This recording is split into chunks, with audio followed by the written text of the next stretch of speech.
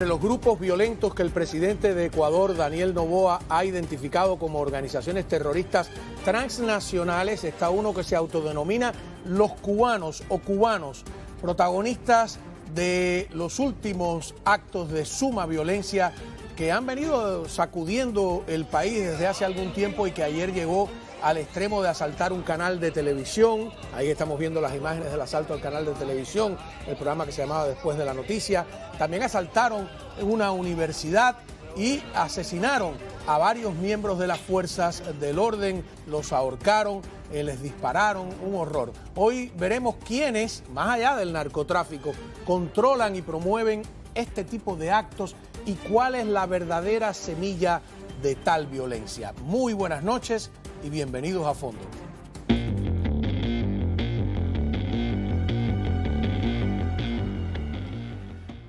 Con nosotros está Francisco Endara Daza, analista político ecuatoriano que fue candidato a la Asamblea Nacional de su país y que tuvo que escapar perseguido por el correísmo. Muchísimas gracias por estar con nosotros. Un gusto, Juan Manuel. Cómo no. Tenemos también a Enrique García, fue oficial de la inteligencia y trabajó precisamente en Ecuador, dirigió operaciones en ese país, conoce muy bien todo lo que sucede, así que gracias por estar con nosotros, ¿no? Gracias a ti, Juan Manuel. Cómo no. A ver, empezamos por las imágenes de la toma del canal de televisión.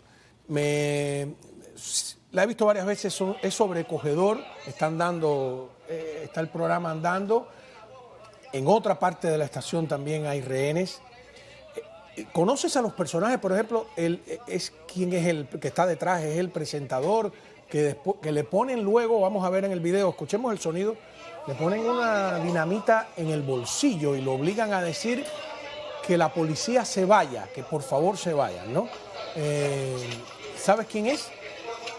No recuerdo en este momento, pero son periodistas conocidos del Ecuador. Y son de la estación, del gobierno. De Canal TC Televisión, oficial. Canal 10 en Guayaquil, en la ciudad de Guayaquil.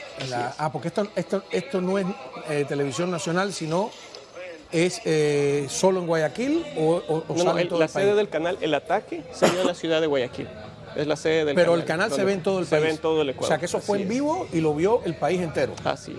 Qué cosa más horrible, ¿no ve? Ahí él está pidiendo, le pusieron en el bolsillo, lo están apuntando. Es un verdadero horror.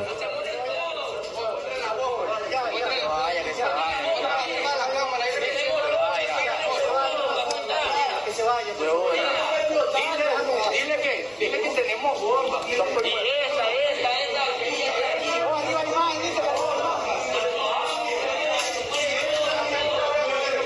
A ver, milagrosamente nadie salió herido en la estación de televisión y fueron detenidos primero 13, después creo que otro grupo más. Antes de hacer la pregunta básica de lo que está pasando allí, en términos de los hechos, a mí me sorprende que es la estación de televisión, la universidad, los policías que... O sea, parece algo coordinado, no espontáneo. ¿Podría ser? Así es, o sea, lo que está enfrentando el Ecuador simplemente es la evolución de lo que han sido varios ataques a la democracia en sí, a la institucionalidad del país. Recordemos que, o sea, mucha gente quiere verlo esto enmarcado solo en lo que sucede hoy, y esa es una equivocación, porque lo que estamos viendo hoy es un ataque coordinado que ya se venía gestando con el tiempo en el Ecuador. Y esto tiene sus raíces, voy a tratar de resumir lo más pronto posible, pero esto tiene sus raíces en el año 2008, cuando se aprueba la nueva Constitución, en la que Correa hace un cambio de Constitución y incluye varias cosas que son beneficiosas para los delincuentes, curiosamente. En esa Constitución, por ejemplo, se establece la salida de la base de Manta, que justamente era la base que se dedicaba a ayudar al Ecuador en el cuidado del tráfico de drogas. Era una base norteamericana. También se creó algo único en el mundo, y ellos lo decían como que fuera alguna maravilla, la famosa ciudadanía universal, que es que cualquier persona sin necesidad de visa podía ingresar al Ecuador, y eso está en la Constitución, hasta por 90 días. El problema es que no se sabe el pasado judicial de quién entra y puede entrar cualquier persona. Y de ahí incluso surgió en el año 2011 el director de la DEA. En una declaración, él dijo que el Ecuador se estaba convirtiendo en las Naciones Unidas del crimen organizado. Así lo dijo, y se puede buscar el artículo en internet. Porque justamente en Ecuador se empezaron a refugiar varios grupos de crimen organizado que incluso tenían que ver con ISIS, grupos de las FARC de Colombia. Por eso incluso recordemos que en el año 2008 se dio el bombardeo de Angostura, en el cual grupos de las FARC entraron al Ecuador y el gobierno en esa época tuvo que bombardear a todos los subversivos que estaban ahí en ese lugar. Entonces, una serie de eventos que han ido debilitando la institucionalidad del Ecuador, y en estos últimos años, curiosamente, cada vez que hay un caso de importancia relacionado con la corrupción del correísmo, y eso se puede verificar lo que estoy diciendo, curiosamente y coordinadamente existen ataques en las cárceles. Esto empezó en el año 2019, más o menos, cuando Lenín Moreno, que se vira del socialismo. Correa lo deja creyendo que es el heredero y termina por ser enemigo de Correa. Ese era el plan original. Pero Lenin se da cuenta de que algo está mal y regresa al Ecuador al camino de la democracia, y ahí es cuando empiezan. Hay que recordar, el ataque o el secuestro a 3 periodistas, que fue algo que asimismo llamó la atención de todo el mundo, porque los asesinan, los secuestran y los asesinan a estos periodistas. Ese fue el primer mensaje, digamos, que recibió. ¿A quién estaban buscando? A un periodista específico al que querían matar, que gracias a Dios no estaba ahí. Que no estuvo. Entonces, a partir de ese momento en que Correa ya deja el poder, o tiene dificultades para recuperar el poder, empiezan estos ataques. Guillermo Lasso, ¿por qué no pudo completar su gobierno? Porque continuamente hubieron ataques en las cárceles e incluso tuvo un levantamiento violento que justamente esto está organizado por el Foro de Sao Paulo. Este levantamiento violento fue organizado por organizaciones que pertenecen al Foro de Sao Paulo. Entonces atacaron a la ciudadanía, crearon el terror a la ciudadanía. Guillermo Lasso no supo cómo responder bien a esta situación, y ahora lo que está enfrentando el presidente Noboa es simplemente todo este tipo de acciones concertadas, porque hay que recordar que hay un caso de interés súper grave para el correísmo, que es el caso Metástasis, donde la fiscal Diana Salazar ha encontrado un celular o investiga un celular del principal narcotraficante del Ecuador, donde se menciona que es Fito. Que disculpa, y fíjate qué curioso, que todo empieza antes de ayer, ¿no? Es que justo con que Fito escapa de la cárcel. El narcotraficante más importante de Ecuador escapa y todavía está prófugo. Así es, todavía. O sea, es importante. Aquí lo vemos. Esto es una operación anterior, porque él se ha fugado otras veces donde lo habían recapturado. En Perú. Eso es en Perú. No, él se fugó de Perú, fingió que se había muerto y... Pero estas imágenes no son de ahora, porque estas imágenes de una captura anterior. Eso es de una anterior, sí. Ajá. Y entonces, pero en estos momentos está prófugo, o sea que coincide con lo que tú dices. Exacto. Entonces, antes de pasar con lo que quiero preguntar y hablar con Enrique, es, ¿hay una mano política detrás de todo esto? Es evidente, son muchas coincidencias. Eso es lo que estoy tratando un poco de unir los puntos, porque es importante unir los puntos. Y este levantamiento se da justo en este momento en el que la fiscal investiga la relación del narcotráfico, que está probada, están probando con los mensajes de este celular que se han encontrado, que influían en jueces, influían en políticos. Incluso hay un mensaje de este narcotraficante que decía: espérate, cuando lleguemos al poder, nuestra situación va a cambiar. ¿A qué se refería cuando decía cuando lleguemos al poder? Cuando regrese Correa. Que por eso me molestó que ayer varios medios de prensa y hoy le han estado dando tribuna a Rafael Correa, como si entonces, porque la impresión es, todo está mal porque yo no estoy ahí. No, es una mala idea. Ahora, y vamos a volver después al tema del trasfondo político de todo esto. Enrique García, cuéntanos primero cuál es tu conocimiento del Ecuador.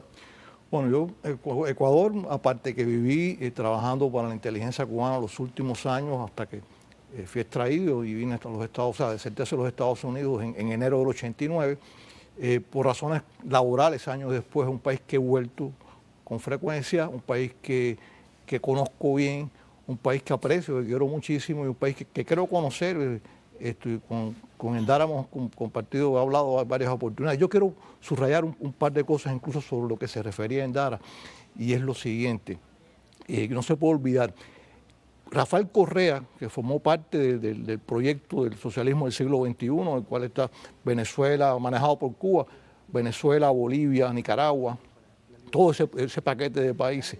Rafael Correa llega a la presidencia y está aprobado con financiamiento del narcotráfico, o sea, en los documentos de Reyes, en la captura cuando se capturó y se abatió al terrorista Raúl Reyes, quedó probado lo que ya se sabía y se había denunciado, una investigación que se hizo contra el secretario de Defensa de Correa, que fue Chauvin, en el cual quedó claro que por al menos, posiblemente más, $600.000 de la FARC, que venían del narcotráfico, habían sido entregados para la campaña de Rafael, que llevó a Rafael Correa a la presidencia a principios del año 2007.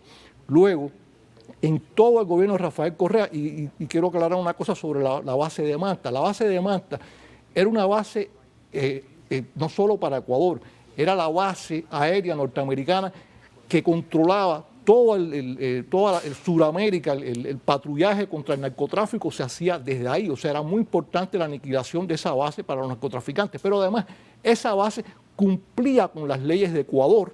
No se violó la soberanía nunca porque los aviones iban capitaneados siempre por pilotos ecuatorianos acompañados por homólogos norteamericanos. O sea, una base que cuando se hizo ese proceso se hizo con un respeto total, absoluto a las leyes norteamericanas. Correa desmantela en el año 2009 el IES, que era la Unidad de Investigaciones Especiales, que era la unidad más especializada y más profesional investigativa contra el narcotráfico y contra los crímenes del Ecuador en el año 2009, que tenía todo el apoyo de la Embajada norteamericana. Correa rompe paulatinamente todos los lazos de colaboración con todas las agencias norteamericanas desde el año 2007 hasta el año 2014. Rompió relaciones con la DEA, con la Oficina Militar, expulsó en el año 2013 hasta la embajadora norteamericana, o 2012. Correa espantó, igualito que hizo Chávez, igualito que hizo Morales en Bolivia, como han hecho todos los demás del socialismo del siglo XXI, rompiendo todos los vínculos de colaboración con los servicios norteamericanos para fomentar y apoyar el narcotráfico. Además, durante toda la administración del señor Rafael Correa, que hizo unas declaraciones muy hipócritas en el día de ayer, porque lógicamente él sabe que la ciudadanía ecuatoriana está molesta con lo que está pasando.